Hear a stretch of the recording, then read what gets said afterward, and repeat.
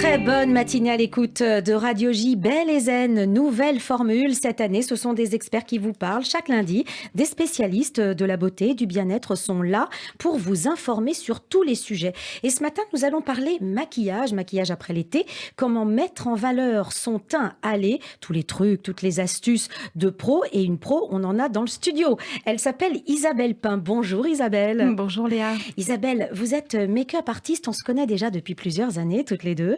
Vous êtes make-up artiste, maquilleuse professionnelle. Aujourd'hui, vous êtes un peu spécialisée dans le maquillage de la mode, mais également sur les plateaux, j'allais dire, de films, dans les studios, etc. Donc, vous savez comment on dissimule, j'allais dire, les petits défauts, etc. Donc, le maquillage n'a pas de secret pour vous. Et ce matin, nous avons choisi, puisque vous êtes là en toute première émission et juste après l'été, nous avons choisi de parler du maquillage sur un teint allé. Souvent, les femmes, lorsqu'elles sont allées, lorsqu'elles sont bronzées, elles se disent j'ai pas besoin de me maquiller parce que ça va, j'ai la peau bronzée. Est-ce que vous êtes d'accord avec cette position ? Alors, évidemment, le bronzage, c'est une mise en beauté déjà naturelle qui est magnifique. Donc, dans ce sens, effectivement, il faut peut-être en faire moins, mais il y a quand même des choses à faire importantes. On peut, par exemple, être bronzé et avoir mauvaise mine. Donc, il faut de toute façon avoir toujours des petits trucs en plus. Peut-être faut-il aussi unifier le teint. Absolument. Parce qu'on ne bronze pas pareil partout, sur le visage déjà. Et puis, alors déjà, la première chose, c'est qu'avec le soleil, la peau forcément a été un peu agressée. On a souvent la peau qui est plus jolie sous le soleil, mais le retour est un petit peu difficile. C'est le contre-coup. Le soleil a fait en sorte qu'il y ait plus d'agression avec les UV qui développent plus de radicaux libres qui vont donc agresser et être un facteur vieillissant de la peau. Absolument. La déshydratation est aussi très importante avec l'agression aussi de l'eau de mer ou de l'eau de la piscine. Donc, il y a vraiment plein de facteurs qui font que la peau a besoin qu'on la chouchoute en particulier au retour de vacances. Et du coup, moi, ce que je conseille à ce moment-là, c'est d'ajouter dans sa routine soins quotidien un sérum qui va booster la peau, en prendre soin particulièrement. Alors, je vous en ai apporté 2 aujourd'hui qui vont avoir 2 actions différentes. On peut faire le choix d'aller vers quelque chose qui va avoir un effet un peu cocooning sur la peau, qui va aller réparer en profondeur. Et c'est ce sérum à base de CBD. C'est un actif qui est très à la mode beaucoup, en ce moment. Absolument. C'est la plante, c'est le chanvre en fait. Absolument. C'est un actif qui est issu du chanvre. Alors, par contre, évidemment, avec 0% de THC à l'intérieur, ça veut dire que évidemment c'est un actif qui est non psychoactif, donc absolument nocif et utilisable par tout le monde.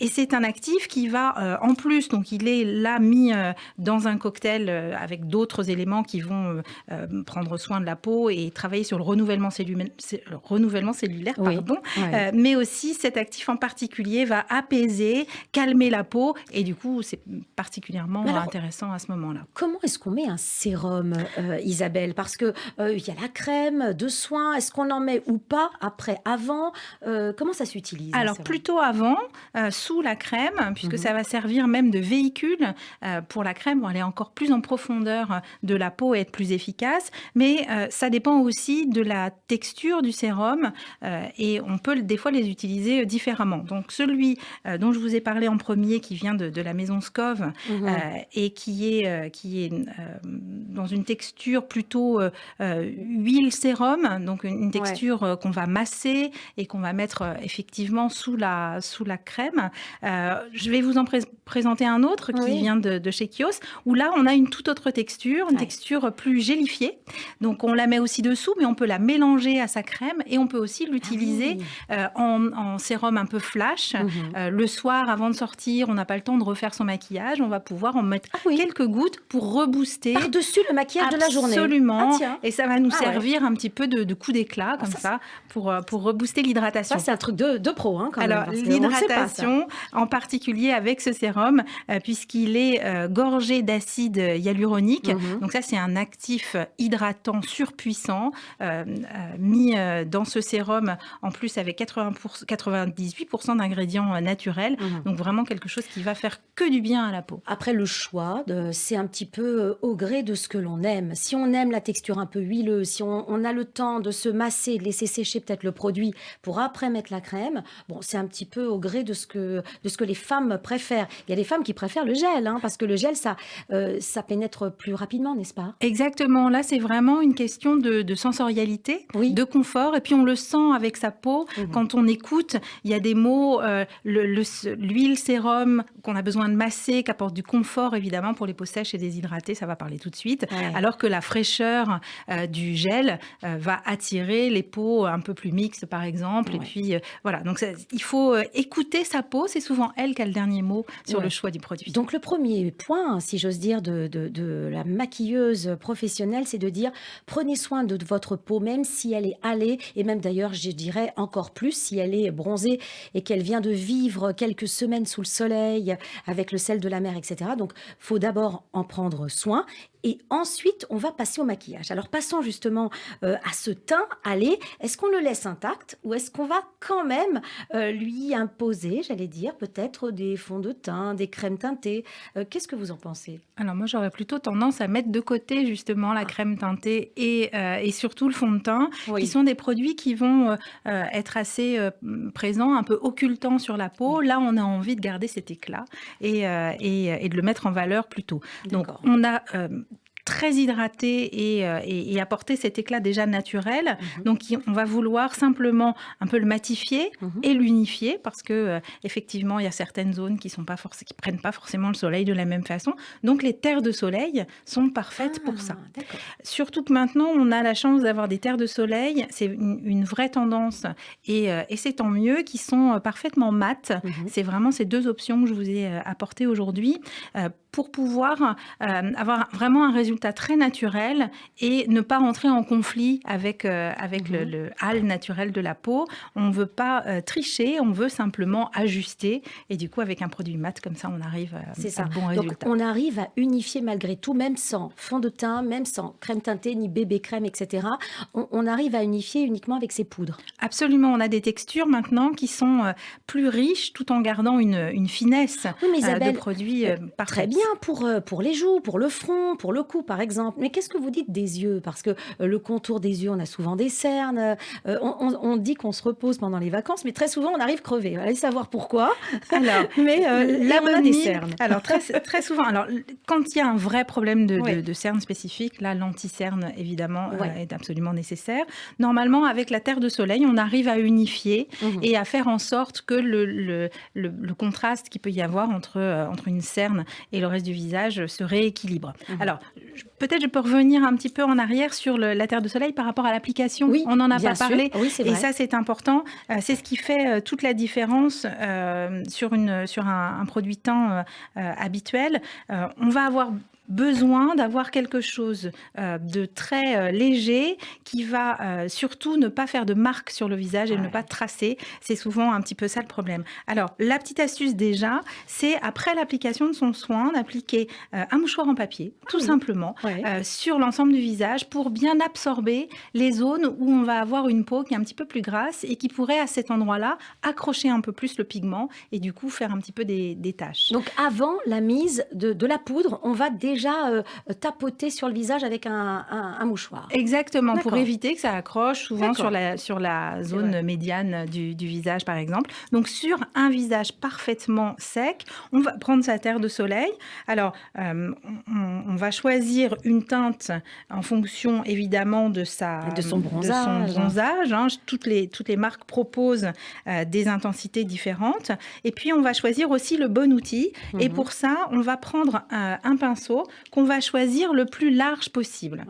Ça, c'est important d'avoir un pinceau qui va pouvoir accompagner un mouvement plutôt circulaire sur l'ensemble du visage. Alors, on peut peut-être montrer la poudre à la caméra, bien la montrer, parce que donc c'est Rouge Baiser qui fait ce type de poudre, et c'est super sympa. C'est de la terre, on peut peut-être même l'utiliser toute l'année. Je suis en train de me dire qu'on peut le mettre sur les joues un tout petit peu. Oui, alors ça, c'est presque un débat. Donc, on va pas le dire tout de suite.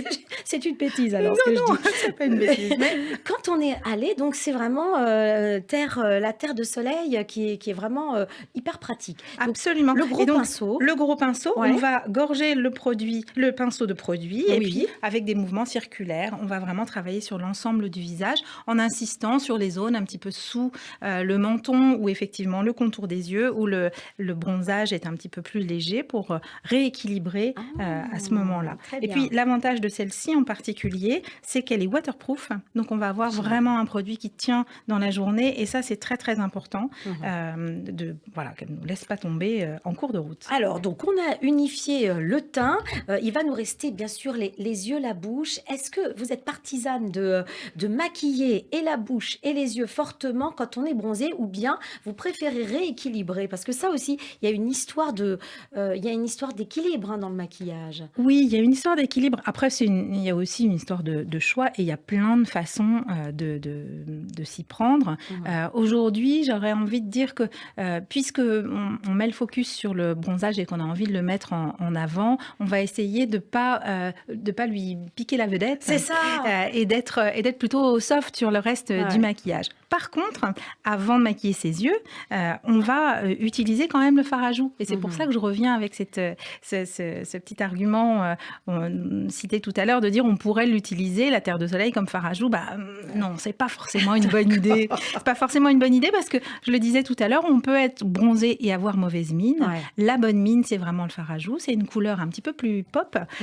Et pour aller avec le bronzage, l'idéal, c'est plutôt une teinte corail qui va rapporter un petit peu de peps en fait à ce bronzage. Alors ça se fait, le corail, parce qu'on a du mal à le trouver quand même. Vous le trouvez dans quelle marque, par Alors, exemple? on en trouve, là, j'en ai rapporté 2 en particulier. Chez Bobbi Brown, j'en ai rapporté un qui est très peps, très péchu, avec même un petit peu de paillettes à l'intérieur, très fines. Donc c'est un peu de l'orangé, rose orangé. Entre le rose et le orange, absolument. C'est là qu'on a eu le corail. Et ça fait vraiment bonne mine. Tout à fait. Et j'en ai apporté un autre de chez Deborah, beaucoup plus facile d'application. On le voit à l'œil ici sur le plateau. Il est plus dilué et du coup, on fera moins de bêtises avec. Et pour l'application, la petite astuce, là encore, on fait appel au mouchoir en papier qui nous aide toujours en maquillage. On va utiliser un pinceau cette fois-ci. Alors, autant sur le premier, on avait été prendre un pinceau très très large pour avoir quelque chose de très diffus. J'avais ramené ce pinceau de chez Make Up For Ever.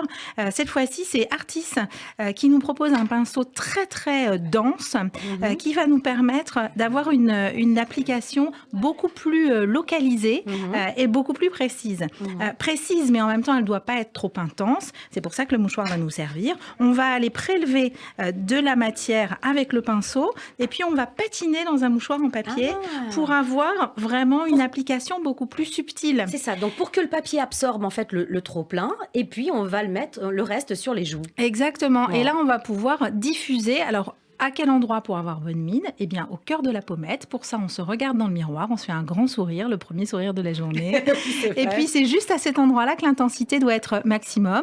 On pose le pinceau, on fait des petits mouvements circulaires et on diffuse la couleur pour une bonne mine immédiate. Alors, on va terminer peut-être pour la minute qui nous reste avec les lèvres. Et là, j'imagine que peut-être point trop n'en faut, j'allais dire. Parfois, les femmes utilisent des glosses, parce que je crois que c'est l'occasion vraiment de le faire. Absolument. Donc, rapidement, 3 options.